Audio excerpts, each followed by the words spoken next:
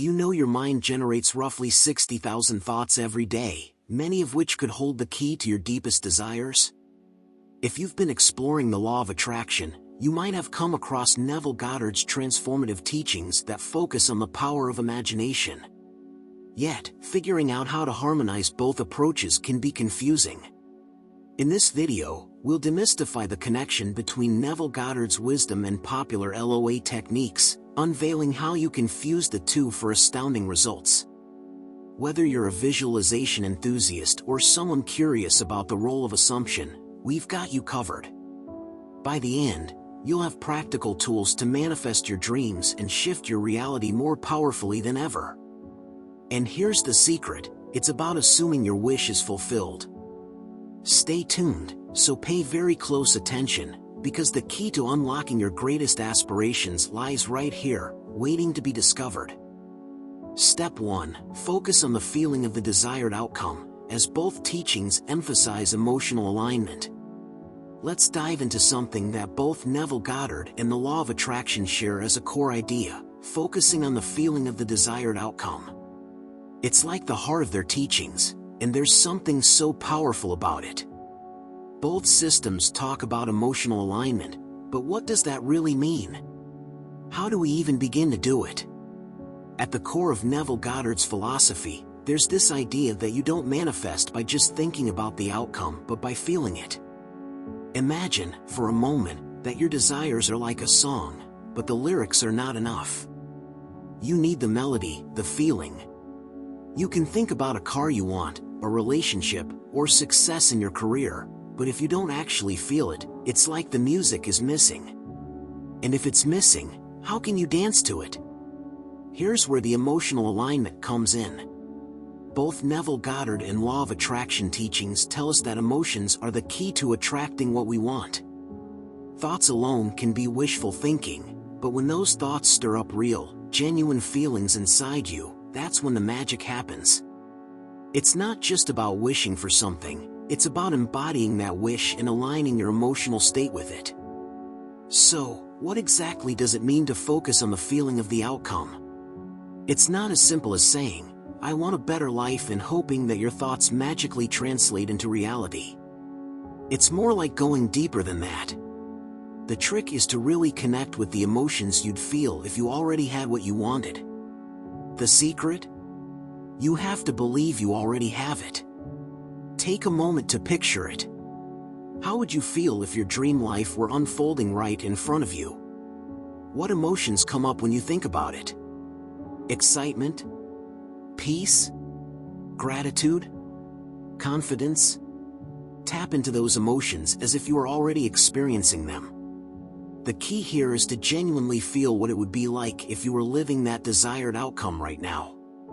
Goddard talks about the power of imagination, and it's a big part of this process. He doesn't just want you to think about your goals. He wants you to feel them, and that requires your imagination to run wild, immersing yourself in the feeling of already having your desires. Think of it as programming your subconscious with the belief that you're already in possession of what you want. Now, here's the twist: emotions are not just the byproduct of the things we get. Instead, they are the cause of the things we get. This is a profound shift in perspective. Instead of waiting for your circumstances to change to feel good, you create that feeling from within and let it lead the way. It's about embodying the feeling and allowing it to radiate outward, influencing the events, situations, and people in your life. It's also crucial to notice that when you align with these feelings, your actions start to shift too. You won't have to force yourself to do the right things, you'll just be in flow. This is where the connection between Goddard's teachings and the Law of Attraction gets interesting. Both talk about how once you've created that emotional alignment, the universe, or however you like to think of it, starts lining things up for you. You attract circumstances that match that vibrational frequency you've set with your emotions. But here's the catch: it's easy to get caught up in thinking about this in a logical way. If I feel this, then I should get that. And while there's truth to that, it's more subtle than that. The key is to focus on how you feel without the need to control the outcome. Let go of the how and just feel it. Feeling your desired outcome isn't something that happens overnight. It's not a switch you flip, but a habit you build over time. The more you practice aligning your emotions with your desires, the more natural it becomes. The idea is to get into the habit of feeling what you want consistently, even when the outer world doesn't reflect it yet. That's when things start shifting in ways you might not even be able to explain. So, when you think about aligning Neville Goddard's teachings with the law of attraction, remember that the feeling isn't something you just think about once and forget. It's a process, and the emotional alignment you seek is not just a step, it's the entire foundation of what these teachings are all about. The moment you feel what you desire, you've already set the stage for it to manifest. Keep that in mind as you move forward.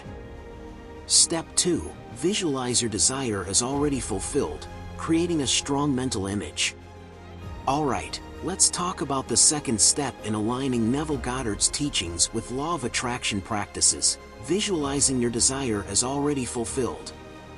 This might sound a little abstract at first, but stay with me, because it's one of those practices that truly packs a punch when it's done right. Now, if you're familiar with Neville Goddard's teachings, you know that visualization isn't just a casual "I wish for this" daydreaming exercise. For Neville, visualization is not about fantasizing about something in the future, it's about creating a mental movie where your desire is happening right now. It's about stepping into the feeling of that wish fulfilled and seeing, hearing, and feeling it as though it's already part of your present reality. But let's slow down for a second. What does this even mean? How do you actually create a strong, vivid mental image of something that's not physically here yet? Well, it's not about just imagining the end result. It's about crafting an entire mental experience that feels as real as the life you're living right now. Let's say you're visualizing a new home. Picture yourself walking into that home, feeling the texture of the walls, hearing the sounds of the environment around you, and feeling the emotion of owning it. It's not about "I'll get this someday," it's "I have this now." Here's where things get interesting. When Neville talks about visualization, he's not just talking about seeing a picture in your mind. He's talking about creating an immersive experience, one that goes beyond just the visuals. He urges you to use all your senses: touch, smell, sound, sight, and even taste if it fits. The more sensory input you can bring into your visualization, the more real it becomes. It's like making a full-on, multi-sensory movie that your mind and emotions can fully invest in. Why does this work so well? Think about it. Our subconscious doesn't differentiate between what we experience in physical reality and what we vividly imagine. When you visualize your desire as already fulfilled, your subconscious mind begins to accept it as truth, and that's when the law of attraction really kicks in. Your thoughts, feelings, and beliefs start to align with the reality you're creating internally, and the universe, if you believe in that sort of thing, responds accordingly. It's not magic, but there's something seriously powerful about how your mind works in this way. The more you practice this, the more deeply you begin to feel that your desires are already yours. And when you believe you already have something, your actions, decisions, and even the way you carry yourself change. You begin to move through life as if that desire is already part of your present. Now, let's talk about a common pitfall: getting frustrated if you don't feel like your visualizations are working right away. That's a normal part of the process, and it's important to realize that visualization is not about perfection. It's about consistency. The more you practice it, the more natural it becomes, and the stronger the mental image grows. Don't stress if the first few attempts feel weak or half-formed, just keep showing up. With time, your mental images will become more detailed, more vibrant, and more real. Another layer to this process is the idea of creating a story. Imagine your desire unfolding in a narrative that you're fully involved in. For Neville, the act of imagination is a form of creative expression, and what you imagine has the power to shape reality. So why not make the story of your fulfillment something truly exciting? Make it feel like a scene from your favorite movie or a chapter in a book that you can't put down. There's something profound about seeing your desire already accomplished, not as a future goal, but as an ongoing part of your life. It's like your future self has already reached that dream, and you're just catching up to them. The more you connect with that future version of you, the easier it becomes to align with the vibration of what you want. But let's not forget the most crucial part of Neville's teachings: belief. You can visualize all day long, but if you don't actually believe in the fulfillment of your desire, it's going to be hard for your visualizations to stick. This is where faith plays a role. Visualizing is about reinforcing the belief that your desires are already here, and this isn't about wishful thinking, it's about knowing. As you move forward in this process, remember that visualization isn't a one-time event. It's an ongoing practice, something you weave into your daily routine. The more you make it a habit, the stronger the mental images become, and the more you start to feel like your dreams are already part of your current reality. Keep at it, trust in the process, and let your imagination be the bridge to your dreams. In short, step into the scene you're creating. Feel it, see it, experience it, because as soon as you do, you're aligning with a reality where your desires are already unfolding. And when that happens, the universe has no choice but to match that energy. Step 3. Maintain unwavering belief and persistence in the desired manifestation. Alright, so we've already covered feeling and visualizing your desire as if it's already fulfilled. Now, let's get into the real muscle of the manifestation process. Step 3. Maintaining unwavering belief and persistence in the desired manifestation. This is where things can get a little tricky for most people, but trust me, if you can nail this part, you're golden. First off, what does unwavering belief even mean? It's more than just hoping things will work out. It's a deep, unshakable knowing that what you desire is already on its way. It's about trusting that your thoughts, emotions, and visualizations have already set things in motion in ways you might not even see yet. This belief isn't fragile. It's solid, like the foundation of a house that's built to last. Now, this belief isn't something that just magically appears the moment you decide you want something. It's something you cultivate. It's like a muscle that gets stronger the more you use it. In Neville Goddard's teachings, belief isn't just a passive thing you wait for to come naturally. It's an active decision you make every single day. Every time doubt creeps in, you choose to reaffirm your belief in the manifestation. Every time reality doesn't match your desires yet, you remind yourself that the inner work has already been done, and the outer world will catch up. Here's where persistence comes in. It's easy to feel motivated and excited about a new desire when everything's going smoothly. But the real test comes when things start to feel stagnant or when you don't see immediate results. It's in those moments that persistence becomes your best friend. This is when you hold your vision in your mind and continue believing in it, even when the outside world doesn't seem to reflect that belief. It's about staying grounded in your inner world, despite what's happening around you. When you combine belief with persistence, you start to operate from a different mindset. It's not about wondering if your manifestation will happen, it's about knowing it will, and sticking with it even when things don't look the way you expect. Here's the thing. Persistence doesn't mean obsessively checking to see if your desire has materialized.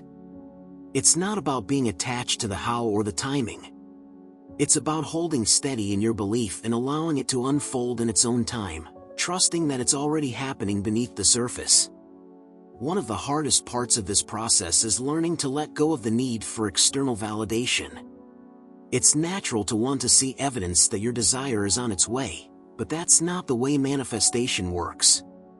In fact, the more you focus on needing evidence, the further away your manifestation might feel. This is why belief and persistence are key. They allow you to stay aligned with your desire without needing to see it in physical form.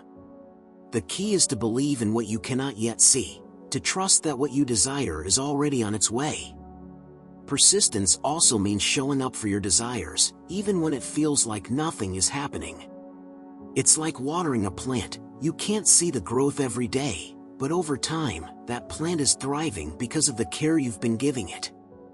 The same goes for your manifestations. You've done the emotional work, you've visualized, you've felt the feelings of fulfillment. Now you simply persist by continuing to believe in it. The universe doesn't need your doubt, it needs your unwavering trust. It's important to understand that belief and persistence aren't about forcing things to happen, but about staying consistent in your inner world. Your thoughts and emotions create a vibrational match to your desires, and as long as you maintain that alignment, you are sending out a signal to the universe that says, "I believe this is already mine." It's like creating a vibration that resonates with what you want, and the universe is going to match that frequency. It's also key to be aware of the sneaky little thing that happens when you start to doubt. That's when you start to see the lack of your desire. Doubt feeds doubt, and the more you question whether your manifestation will happen, the more you reinforce that you don't already have it. This is where persistence really matters. When you notice doubt creeping in, that's the perfect moment to remind yourself of your unwavering belief and choose to return to a place of trust. It's like a mental reset.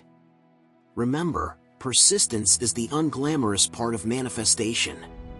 It's the behind-the-scenes work that nobody sees, but it's the work that makes all the difference. It's the quiet, consistent belief that your desire is already done, even if you can't see it yet. It's the choice to keep moving forward, even when things aren't immediately apparent. So, in short, hold your belief. Persist in your knowing that what you desire is already yours. Trust the process, let go of the how and when, and simply continue to align with the feeling of your desires. This is where the magic happens. Step 4. Practice gratitude, feeling thankful as if the manifestation is already here. Let's dive into Step 4. Practicing gratitude as if your manifestation is already here. This step is like the secret sauce in the manifestation process, and it's often overlooked. But when you understand the power behind gratitude, you'll see that it's not just a nice thing to do, it's a game changer. Here's the thing. Both Neville Goddard and the Law of Attraction emphasize that gratitude is one of the most potent emotions you can feel when it comes to attracting what you desire. It's not just about being thankful for things you already have, it's about feeling thankful before your manifestation has physically arrived. It's about acting as if it's already here, as if you're already living in that reality. So why does this work so well? Gratitude has a magnetic quality to it. It's like a signal you send out to the universe that says, "Yes, I'm ready for more of this. I am open to receiving." When you feel genuine gratitude, your energy shifts. You begin vibrating at a frequency of abundance. And when you're vibrating at a frequency of abundance, you attract more things that match that vibration. It's a universal law. You get more of what you focus on, and when you focus on the feeling of gratitude, the universe has no choice but to bring more of the same. But here's the catch. This isn't about just saying thank you on autopilot. It's about truly feeling it. It's about embodying gratitude in a way that's deep and authentic. When you practice gratitude, don't just say, "I'm thankful for X." Instead, feel the emotions that come with that gratitude as if it's already here. Feel the warmth, the joy, the relief, the sense of fulfillment. Let it flood your being. This is where the real magic happens. Now, you might be wondering, how can I feel grateful for something I don't have yet? And that's a fair question. The trick is to understand that gratitude is not tied to the physical manifestation, it's tied to the energy you're emitting. When you can feel thankful for something that hasn't physically manifested yet, you're basically telling the universe that you trust it. You're affirming that you believe your desire is already on its way. It's like sending a message out into the world that says, "I don't need to see the evidence yet, because I know it's already mine." It's also crucial to remember that when you're practicing gratitude, you're not just focusing on the end result, but on the entire journey. You're grateful for everything leading up to your manifestation, even the struggles, challenges, and lessons. This shifts your mindset from scarcity to abundance. Instead of thinking, "I'll be happy when I have X," you start to realize, "I am happy now, and I'm grateful for everything that has brought me to this point." Gratitude allows you to enjoy the process instead of waiting for the end goal to be the thing that gives you joy. You might be asking yourself, "But how do I feel truly grateful when I don't see any physical change yet?" That's where the power of imagination comes in. Neville Goddard talks a lot about the power of living in the end, which means you feel your desires as already realized in your imagination. When you can see yourself already living the life you want, the feeling of gratitude flows naturally. It's like an overflow of joy and appreciation for the fact that it's already done. You're living as if the manifestation is a done deal, and gratitude is the natural byproduct of that knowing. Another layer to this is that gratitude opens you up to receive. When you're thankful, you're in a receptive state. Think about it, when someone offers you something, and you're genuinely grateful, it creates a space for more giving and receiving to flow. It's the same with the universe. When you feel grateful, you signal that you're ready to receive more. It's like opening the door to abundance, and the universe is waiting on the other side to deliver. But be mindful, this isn't about fake gratitude or forcing yourself to feel thankful just because you think you should. This has to come from a place of sincerity. The more you practice this, the more natural it will become to feel gratitude as if your desires are already here. And when it becomes second nature, you'll be amazed at how quickly things start to shift. Gratitude also keeps you in the present moment. Instead of focusing on the lack or absence of what you want, you're focused on the now, and that's powerful. You're no longer chasing after something outside yourself, you're already living in the state of having it. When you get into the habit of feeling grateful for the now, you attract more reasons to be grateful, which eventually leads to your manifestations becoming a part of your reality. In short, practicing gratitude isn't just about being thankful, it's about living in the energy of abundance, appreciating your desire as if it's already here.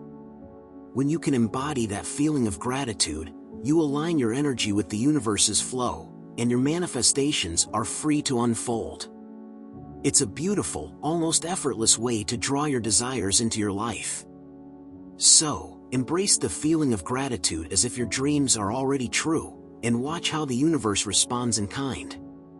Step 5. Detach from the how and trust the process, allowing the universe to bring your desires to you.